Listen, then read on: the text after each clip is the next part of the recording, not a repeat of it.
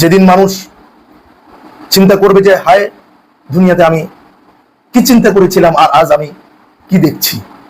দুনিয়াতে আমাদেরকে কোরআনের কথা বলা হয়েছে, রাসূলের হাদিসের কথা বলা হয়েছে, সুন্নাহর কথা বলা হয়েছে, শরীয়তের কথা বলা হয়েছে, কিন্তু আমরা মনে করেছি যে এগুলো তো খুব বেশি কাজের জিনিস না। অথচ আজ কি দেখছি, কোরআনে বলা হয়েছে তোমাদেরকে প্রতিদান দেওয়া হবে, তোমরা যদি ভালো কাজ করো তোমাদেরকে প্রতিদান দেওয়া হবে।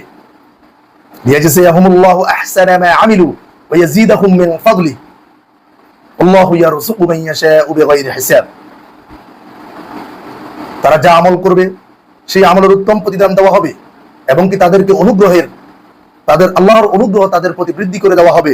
তাদেরকে আল্লাহ তাআলা যাকে চান তাকে বেহিসাব রিজিক প্রদান করবেন। তাহলে তারা তখন পরকালে দেখবে যে আল্লাহ তাআলার এই ওয়াদাগুলো তো সত্য। আমরা তো দুনিয়াতে চিন্তা করেছি যে না, হয়তো আলেমরা, শায়েখরা হয়তো